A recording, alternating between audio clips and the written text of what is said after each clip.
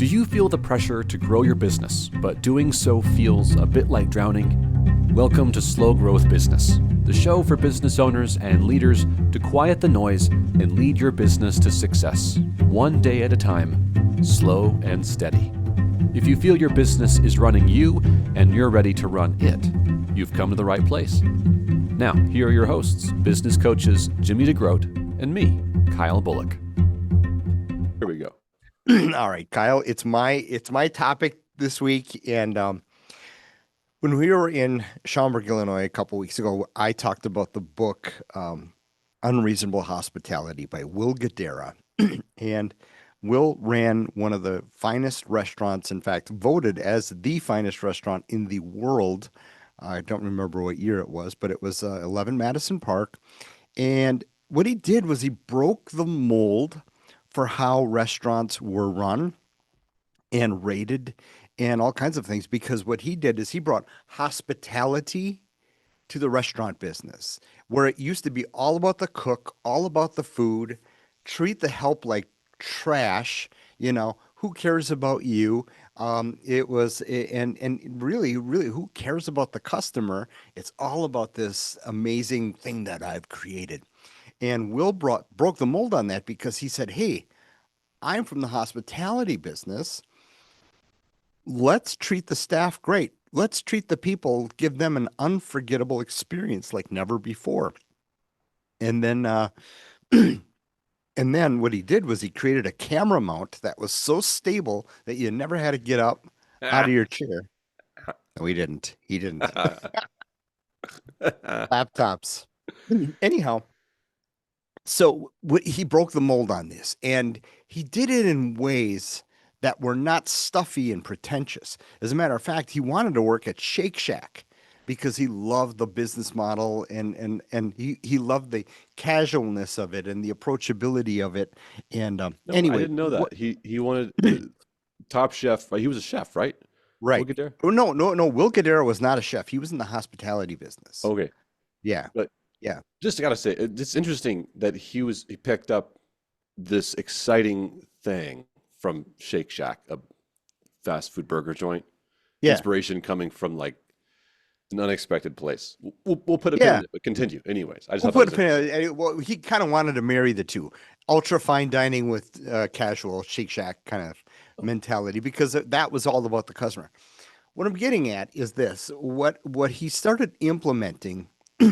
Rather than people coming from the fine dining industry to hire at 11 Madison Park, he loved people that loved people. And so he hired attitude, he hired personality over knowledge all day long. And one of the things that I want to start doing in our training and working with jewelers and customers is I want to start implementing a way of, if you're looking for that perfect manager or that perfect operator to run the business while you're not there, or maybe while you're there, stop looking for that perfect person and start giving it out. Right? Start assigning it. I don't care who it is, somebody that can be, somebody that can do a task, do it well, and develop that person right from within your team. So I don't know how to even describe what the topic would be for today, but the thing is this: you and I have to move past going out seeking that perfect, this is going to be my manager, this is going to take my store to the next level. I think we stop that. I think we start looking within our teams. Hey, you know what? Tina comes in on time, before time, every single day. She's as reliable as the day is long. She's kind. She's got a great heart for customers. You know what? Let's give her this task. Let's ask her with this. So let's chat a little bit about, maybe some of the things that you guys have done at Bullock's Jewelry to, to put people in a place of leadership, put people in a place of taking your business to the next level, that have maybe come from within or unusual places. I love that. I love the name of his book so much. So maybe that's the podcast idea this week is setting unrealistic or unreasonable. That Yeah. was the word he uses. Yeah. Setting unreasonable expectations. Hmm. And I think it's unreasonable or unattainable to go out and find the perfect person that you're going to somehow bring in and then they, change your organization for the better. Because Yeah. Which I've organizations which I've never seen work. that I've never never, seen never. Well, maybe with this exception in that you went out finding a succession or a successor to the business Hmm. and, you know, gave them the business, Right. Right. which is kind of the same thing, right? Where you're giving the business over. But even in that, you and I can speak to the fact that it's very rare, if ever, I've ever seen a business that was just sold to another person or given into leadership another person, um, like described like that, where they came in and they start making, they start Yeah. leading because the Yeah. owners has this sort of, perpetual hold and no desire to change. Right. Right. There's reluctancy there, right? Yeah. So Yep. none of that really gets fixed. You don't find some magic person who comes to save the day, and you don't change your team from within unless you have a desire to set unreasonable expectations of Hmm. yourself and of each other, Right. right? Because as a Yep. leader, you know, you're the one who sets the tone and you're the one who sets the goals and you're the one who sets the expectations. And if all of those things are like, we're going to keep doing what we've been doing, well, then it doesn't matter what you change, it's what's going to keep happening. Yeah. The Yeah. same. So, Yep. I find too, and you and I encounter this more often than not, is it's really difficult for store owners, especially, to start passing along little leadership things to people because, well, frankly, it takes time, it takes patience, it takes, uh, you know, it takes that attention to detail for a moment or for a season that but again, once we do that, now we have freedom, but it takes a commitment to make that happen. I'll give you an example. In his book Unreasonable Hospitality, Will and his partner went to Per Se. Per Se was the finest restaurant in New York City, and they had an amazing meal, amazing service. They were just wowed everywhere they turned. But at the end of the meal, there was coffee service, and it was served.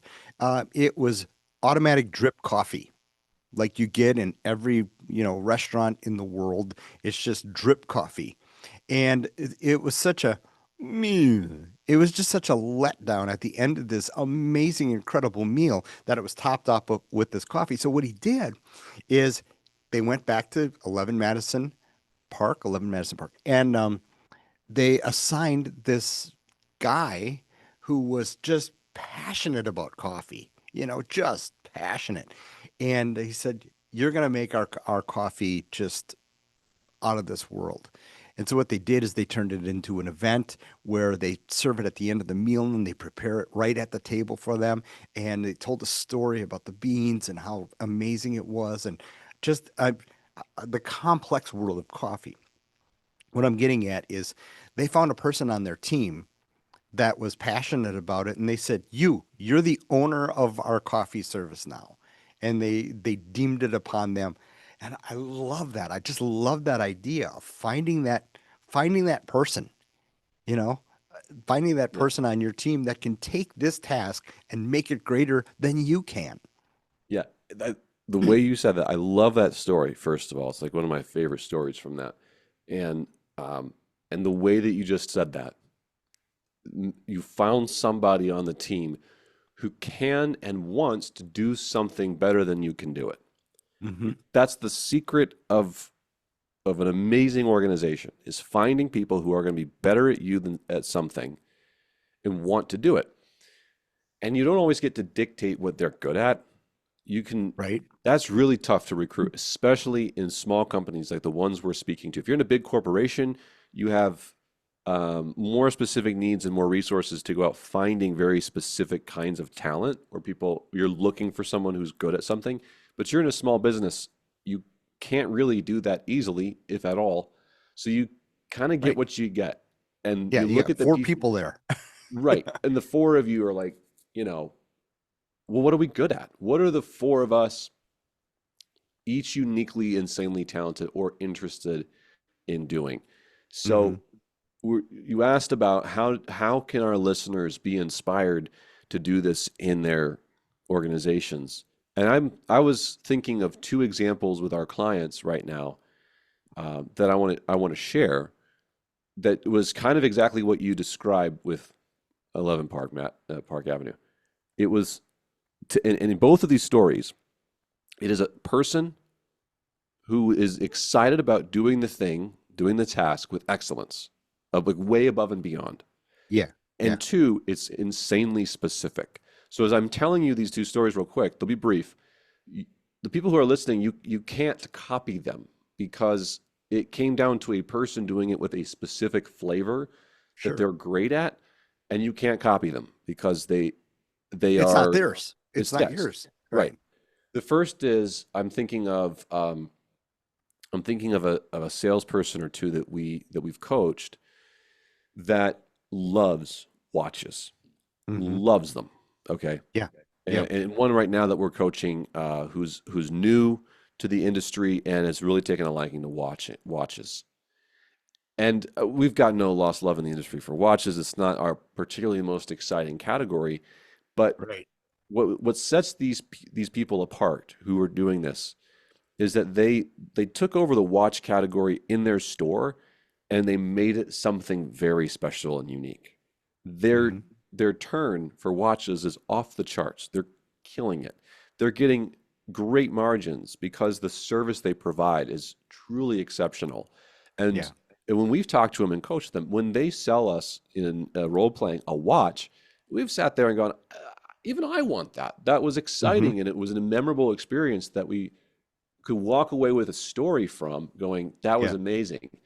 But to their credit, the owners of these stores that I'm thinking of have caught on that these people love this category so much that they said, okay, if you like the category, we're not going to have you sitting over here selling, Boulevards and Citizens all day. You've got to sell the high end stuff. We're going to set an unreasonable expectation of Yeah. excellence in this category, and Yeah. it's all yours, baby. Have at it. And we're going to give you Yeah. training and resources. And these guys just excelled. The, Yeah. the other story I got to point out real quick, and just another same thing, different situation, is a client of ours that we said, we looked at the numbers, and how can we grow the business, and we determined that it'd be really an appropriate time to do a customer appreciation outreach. And so we say, this is kind of a model of what we've seen done. Here are some ideas. And we gave them the bare bones of how to do this as a system. That's what we do. Is we help Yep. write recipes and give them the system. We give them to the people in the organizations and we coach them on now add your flavor. Yep. And I will say, and you've seen it too, Jimmy, this company and the person who's leading it has taken this to a next level where I was looking at what they put together for their appreciation and I went, I feel Yeah. embarrassed to roll out my my companies Yeah. because you've just shattered expectations with Yeah. how amazing you've done it. It is totally their flavor. It is Yeah. totally memorable. But okay, as I'm describing the watch guys and I'm describing this marketing effort of customer outreach, it came down to a person who loved the task. It came down to an unreasonable expectation that we're not just going to do the task, but we're going to do it to this nth degree that no one's ever seen before. And three, it was specific. It was very, very specific. Like your coffee example, the coffee example is a very specific, like you don't go to a fine dining restaurant expecting to have great coffee. But I guarantee you that when that thing gets rolled out and they do this big hullabaloo of a presentation, you're leaving going, my gosh, that was a phenomenal meal. And let me tell you the story about the coffee. It surprised me. Right. That Yeah. specificity and the talent that's that's given freedom to just raise the bar there, that sets amazing expectations, unreasonable expectations, and it creates memories for your Yeah. customers and for your people coming in that they go, that's what I want to talk about in my Yeah. experience. Yeah. Yeah. And there are so many examples in this book about now what you're talking about. And one example is where they took over, or he was in charge of the restaurant for the Met Museum and MoMA, I think it was called. Anyway, so it was a gelato stand, and so they sought the finest gelato possible. Okay, and what he did, he found a spoon that was so, and I have to have this spoon. And he said, and if you knew the price of this spoon, it would blow your mind. He said, the spoon costs more than my product, everything. But they set a rule, and the rule was, I love another concept of this book, and this isn't to be, a book review, but they talked about restaurant smart and business smart. And what he had to do is he had to marry that. That's what I love about what you and I are doing. We're marrying business smart with jewelry store smart. Okay. Um, but anyway, in the concept of restaurant smart and business smart, you act on behalf, or you act in the best interests of the business, but also the people, and where you cover your bases. So, business smart is being 95% perfect in your processes, in your buying, and in your efficiencies. And then 5% you could spend absolutely foolishly without abandon or with abandon. And so the spoons of this ice cream or this gelato was the 5% that you spent, but it was the thing that everybody went and talked about in the story. And when telling about the experience, and they keep the spoons and etc. But I gotta rein this in. I gotta rein this in because I'm so excited about this. But I would say find the person on your staff that's excited about that, whatever it is. And it's something, like I said earlier, you and I need to work on, and we need to inspire everybody else to work on in their stores. Is stop stop thinking of, I need to find this perfect person. They need to have a degree in accounting. They need to have this and this and this and experience in this. I would say find the person with the passion, or that at least shows promise, right? And start giving them something. Start giving away all of your busyness that you're not great at and that you don't like doing, that somebody in your organization can do so much better. Yep. I don't know if that has anything to do with spoons or coffee, but It did, because again, the example that you say about these spoons that are unforgettable. I'm sitting here as a foodie thinking, I don't know where this place. I gotta go find out what this spoon is. I don't even seen it. I don't know anything about it, but you just said it's an amazing spoon. I gotta go find it. That is the stuff that makes us unique in our business. We tell in our presentations, we talk about it often. The way that you do business functionally is really not going to be all that unique or innovative. right. There's not that many ways to make profit. I mean, truthfully, functionally, there's inventory control, there's marketing, there's sales, there's some best practices in them. So we teach you the best practices and way you got to go. What makes you unique is you. What makes your company unique is your people. And that very specific, odd thing that you might think, oh, the spoons are no big deal, suddenly become a really, really big deal. Not because someone thought, oh, we're going to sell gelatos because of spoons, but because someone said, I love spoons so much, I'm going to sell gelatos with them. You see the difference?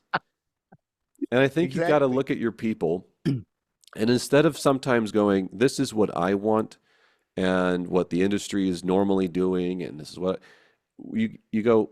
instead of looking at that, I'm going to look at what this person likes a lot Yeah. and then ask them, okay, if you could take ownership of this, how would you elevate it?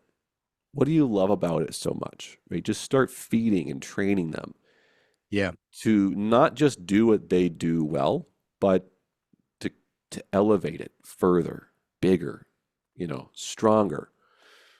That Yep. would be okay. So I just see you on the screen here on my. Is this the spoon that you're talking about? This is, yeah, I found Will Guidara and I'm following him on Instagram now. Okay, So I'm so hitting for follow. all of our audio listeners, you can go on the YouTube channel and see this. But Jimmy pulled up a spoon that I think looks like a blue Swedish fish Yeah. that, It sort of that I'm looks like, yeah. fascinated by. Yep. But this is the symbol of the stuff that it took a person to fall in love with and get excited about that. Yeah. And in your business, you are filled with people who are probably doing tasks today that they just got to do because it's their job. And they may feel impartial or indifferent to some of them, but they just got to do it because it's their job. Leave this podcast today and be wildly curious about which of those tasks do they love to do because they love to do it. And then start asking them, well, how would you do it better? If you could just take over the category, what would you do different? Start to feed that thing that they love so much. And you just are there to help guide the path towards profitability, to making it make sense, to marry the smart street sense with the business sense. But it's got to start with the person that you've got in front of you and feeding their desires, their interests. And don't be afraid if it's uber specific, because sometimes that's exactly what you need Oh, for yeah, that exactly. marketing difference. Good. Yeah, folks, get this book. Just get this book. And I'd say go for a drive. Go for a long, long drive and listen to this book. It's phenomenal. And again, I loved listening to it this last weekend because it gave me so many ideas that you and I can use to help our customers. So we're fired up about that. Love it. All right, guys. Hey, you know what? We're going to do another one of these right away. So we're going to be dressed the same next week. All right. Hey, remember to subscribe to this podcast. A lot of our listeners aren't subscribed. It's very important that you subscribe so that you get notifications and even ring that little bell to get notifications when a new podcast drops. So we really appreciate that. And thanks for listening and all that other kind of nice stuff, right, Kyle? That's right. Bye, everybody. See you next. We hope you leave this episode a little better than when you first began. If you'd like more resources to grow your business slow, steady, and consistently, check out our on-demand video catalog at trainretail.com. Or if you have a question or frustration we can help address in your business, write to us about it. We love to help solve big, ugly problems. So hit us up at kyle@trainretail.com or jimmy@trainretail.com. Good luck out there, and we will see you next time.